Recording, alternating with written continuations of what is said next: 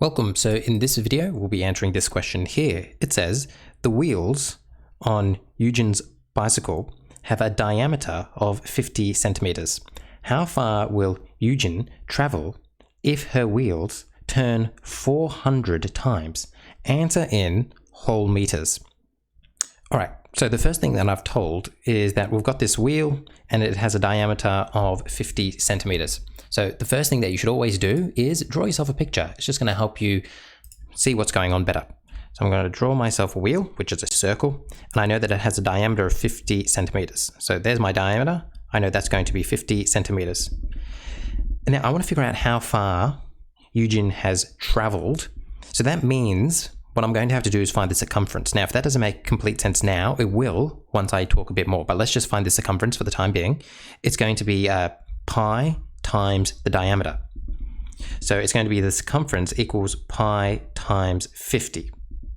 I'll come to my trusty calculator. I'm going to go pi times 50. And I'm going to get that. Remember, you have to hit this button. And it's going to give me this. Now, I'm just going to round it, 157.1 centimeters. Let's write that just like that for now. All right, now, why have I found the circumference?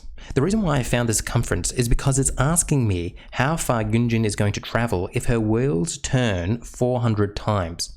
So let's consider, how far she would travel if her wheels turned once. And what I'm going to do is I'm going to take the circumference of this wheel and I'm going to stretch it out. So I'm going to take the circumference of the wheel. I'm just going to stretch it out and draw it as a straight line like that. So this would be 157.1 centimeters. And that's how far she would travel if she did one rotation. Well, if she did two rotations, it would be another circumference. Meaning, if I wanted to find how far she traveled if the wheels turned twice, I would take this number and I would times it by 2. So now you can probably see where I'm going. If the wheels turn 400 times, I'm going to take 157.1 centimeters and I'm going to times it by 400. So I'm going to take this. Now, it's really important that, we don't round yet. So even though I've written it rounded here, I'm actually going to still use this right here. And to do that, I'm just going to go times. And do you see how it brings the answer straight down? So now times 400. And I'm going to get this number right here. Okay, 62831.85 ... Now, this is in centimeters, right? This is where it's really important that you're reading the question carefully because the question said answer in whole meters. So that means I'm going to have to take this 62831.85 centimeters. I'm going to have to divide it by 100 in order to get it into meters. And that means my decimal place is going to go once, twice back.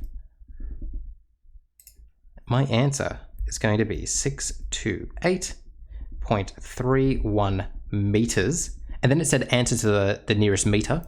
So I'm going to round down because this 3 is less than 5. My answer is going to be 628 meters. That is how you answer this question. That is the thinking that goes behind it. Hopefully this all made sense. Your answer is 628. I will stop there. Hopefully you enjoyed this video and I'll see you in the next one. Bye-bye.